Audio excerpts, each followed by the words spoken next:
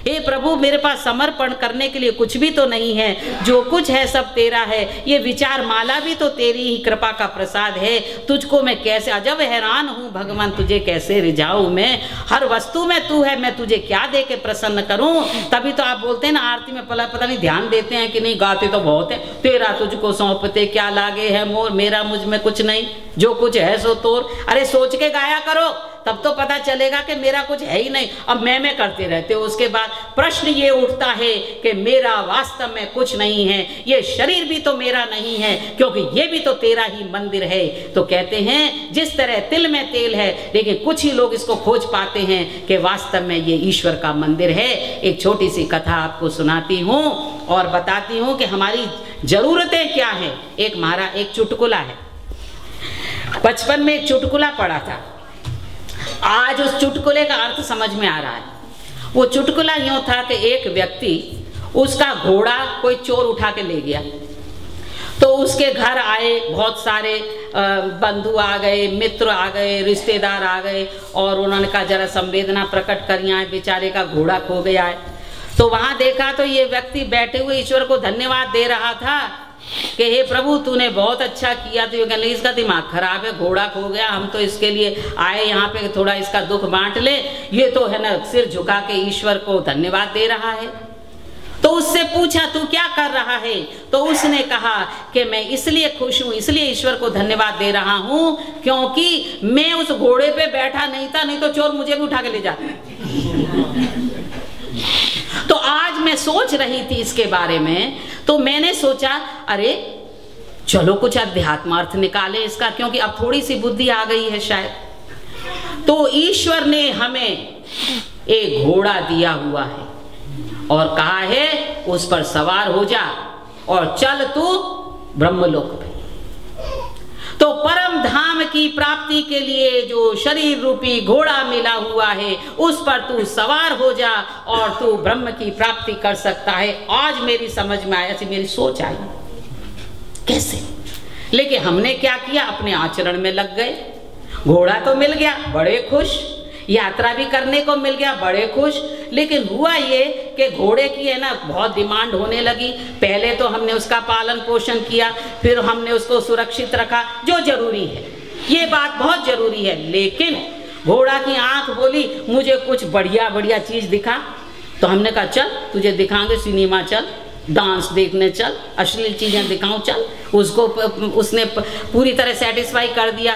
फिर उसके कान बोले कि मुझे तो छन छना छन छन ऐसे म्यूजिक सुना जिससे मैं मटकूं, है ना, जिससे मेरे में ऐसा एक्साइटमेंट आए। बोला चल तुझे वो म्यूजिक भी सुना दिया। फिर नाक ने कहा तुझे ऐसी चीजें सुंघा मुझे, तो वो इत्र लेने चला गया दुनिया भर की, वो भी ले आया। फिर जीवा बोली ऐसे चटपटी मुझे चीज खिलाया कर जिससे मैं खुश हो जाऊं, ना मैं ना खाऊंगी तो तू भी मर जाएगा। तो उसने बोली चल तुझे वो भी खिला दूं। तो वो पूरी जो घोड़ा था, उसके जितने उसके रिक्वायरमेंट्स थे, उसको सब का मतलब पूरी तरह से उसको सेटिस्फाई करने में लग गया। फिर रंग रोगन में लग गया कि भैया तेरे में झुर्रियां ना पड़ जाएं। तो सारे तरह के तूने घोड़े को खिलाया पिलाया सुनाया, सब कुछ तूने किया, तो घोड़ा ही तुझ पर सवार हो गया। अरे तुझे तो सवारी बनने को कहा था, तू काहे को घोड़ा तुझ पर सवार हो गया है। तो तूने किया क्या, जिंदगी भर तूने उस घोड़े का इस्तेमाल, तो घोड़े ने तेरा इस्तेमाल किया है, और तेरा हुआ क्या, तूने पूरी मानव की जिंदगी बर्बाद कर दी। तो ये घोड़ा रूपी जो शरीर जो हमें मिला हुआ है, ये हमारा साधन है, वो साध्य है और हम साधक हैं। तो अब लगता है कि है ना, फिर वही गाना गाएंगे, भ्रमते भ्रमते देहरत हुआ है चकनाचूर, प्रीतम नगरी जीव रे अभी बड़ी है दूर। तो प्रश्न उठता है कि तुझे चाहिए क्या। अरे तुझे जो साधन मिला है उसका भी तू उपयोग नहीं करता है। दूसरी कथा एकदम जैसे कि मैंने देखा किसी की तरफ, अभी मुझे दूसरी कथा याद आ गई, एक और कहानी के रूप में बताती हूँ आपको। एक राजा था, उसने कहा उस दूसरे राजा पे मैं आक्रमण करने जाऊंगा। क्यों?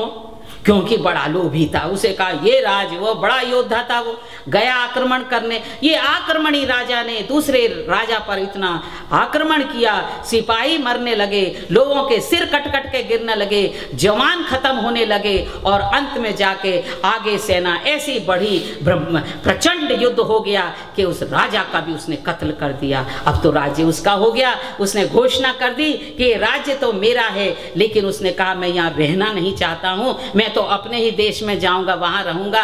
तो इस राज्य को मैं किसी को सौंप देना चाहता हूं जो कि इसका कोई रिश्तेदार हो। तो लोगों ने कहा इसके रिश्तेदार तो सब मर गए, एक व्यक्ति है जो विरक्त हो गया है, सब छोड़ छाड़ के वो जंगल में बैठा हुआ है।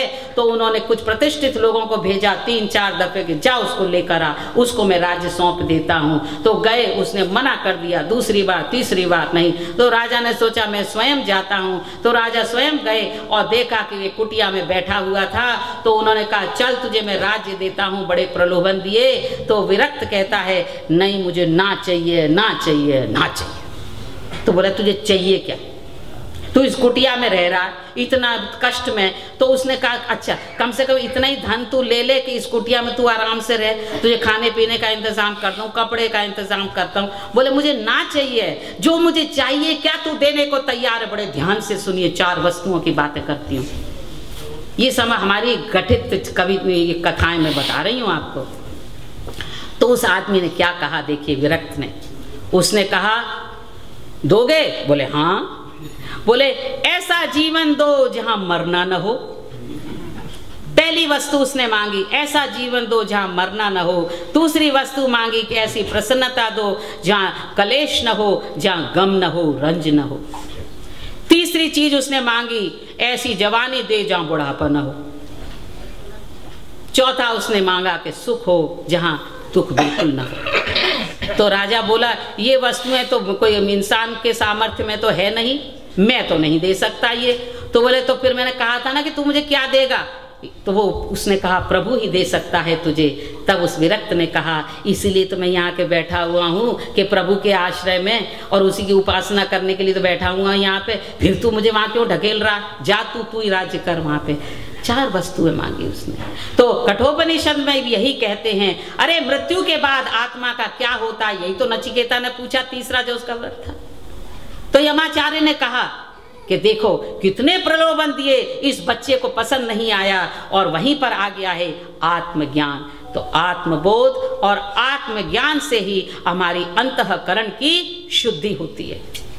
इसलिए अंत में कुछ भी कह लीजिए आप, जिस इंसान को आत्मबोध नहीं होता, अरे तू कब साधु बनेगा। साधु का मतलब ये नहीं कि भगवा वस्त्र पहन लिया, कमंडल ले लिया, एक यहाँ पे पट्टी डाल ली, बड़े बड़े बाल कर लिए, कि मुंडवा ली और कह दो हाँ भैया अरे मन न रंगाया रंगाया, जो भी कपड़ा वाली बात हो जाएगी। असली में अगर तुझे वास्तव में तू सोच ले तुझे क्या करना है, बहुत देर हो गई है, कब तू जगेगा, कब तेरा जागरण होगा, तब होगा जब तू बूढ़ा हो जाएगा। न तू पुण्य करने की सामर्थ्य तुझ में रह जाएगा, न पाप करने का तुझे सामर्थ्य रह जाएगा। तब तू जाता है सन्यास बनने। अरे तू धन कमाना चाहता है या ध्यान कमाना चाहता है, या तू मरुस्थल में रहना चाहता है, या कि तू क्या नाम है सागर में अमृत के गोते लगाना चाहता है।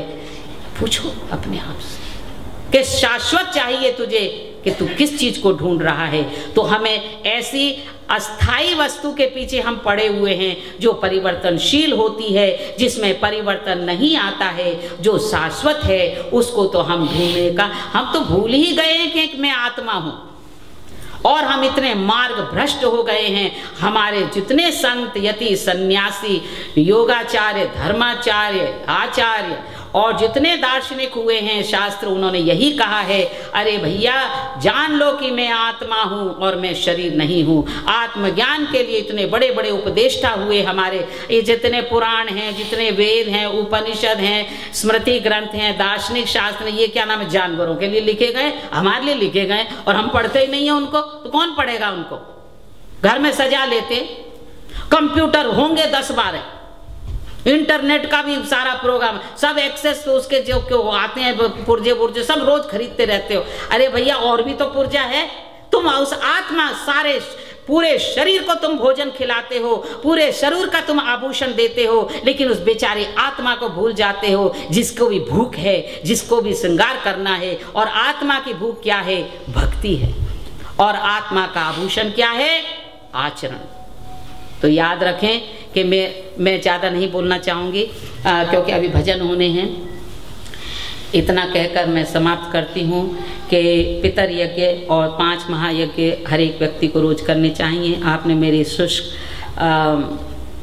भाषण क्या कहूँ सुने, शब्द सुने, उसके लिए बहुत बहुत धन्यवाद देना चाहूँगी। अगला सत्संग 13 मई को है, मई 13 को है और इसी समय 6:30 बजे हम प्रारंभ करते हैं। आज हमने थोड़ा जल्दी प्रारंभ किया था क्योंकि मैंने शांति पाठ किया अपनी अम्मा के लिए, तो इसलिए थोड़ा समय लग गया। हमने 6 बजे स्टार्ट कर दिया था। कृपया करके आवें। और मैं चाहती हूँ कि आप यज्ञ की विधि सीखें, जिससे कि अब काफ़ी लोग बोलते हैं मेरे संग मंत्र, मुझे अच्छा लगता है, लेकिन यज्ञ की विधि सीखेंगे तो यहाँ पे यज्ञ करेंगे लोग और फिर प्रवचन तो मैं देती ही हूँ, लेकिन मैं चाहूँगी कि और लोग भी अगर किसी विषय पर बोलना चाहते हैं तो आपका यहाँ पे मैं आमंत्रित करूँगी आपको, और हमें भी कुछ ज्ञान दें, और जिससे कि हम एक दूसरे के प्रति हमारा जो आत्मवत व्यवहार और मित्रता का व्यवहार होना चाहिए वो सदा बना रहे। यही उद्देश्य से मैं वेद प्रचार और प्रसार, जो कि अध्ययन, स्वाध्याय और प्रवचन, यही माध्यम है, इसी में मैं लगी हुई हूँ। और मैं चाहती हूँ कि आप सहयोग दें। सहयोग माने आएँ, बैठें और फिर आप का प्रस्थान होता है, फिर आएँ। और मैं आपसे कुछ नहीं मांगती हूँ, और मैं समझती हूँ इस वैदिक धर्म का प्रचार करना हर आर्य का परम धर्म है। वेद का पढ़ना पढ़ाना, वेद का सुनना सुनाना हर आर्य का परम धर्म है, और हमें इस बात को नहीं भूलना चाहिए। और दूसरा जो घोष मंत्र दिया है ऋषि ने, कृण्वन्तो विश्वम आर्यम, ये सबको आर्य माने श्रेष्ठ कर्म करने वाला मनुष्य, जो शारीरिक, मानसिक, सामाजिक, आध्यात्मिक उन्नति के लिए कार्य करता है, वही आर्य व ईश्वर पुत्र माना जाता है। इसको यास्काचार्य ने अपने निरुक्त में लिखा है, जो कि वेदों का अंग है, और आप चाहें तो पढ़ सकते हैं। मैं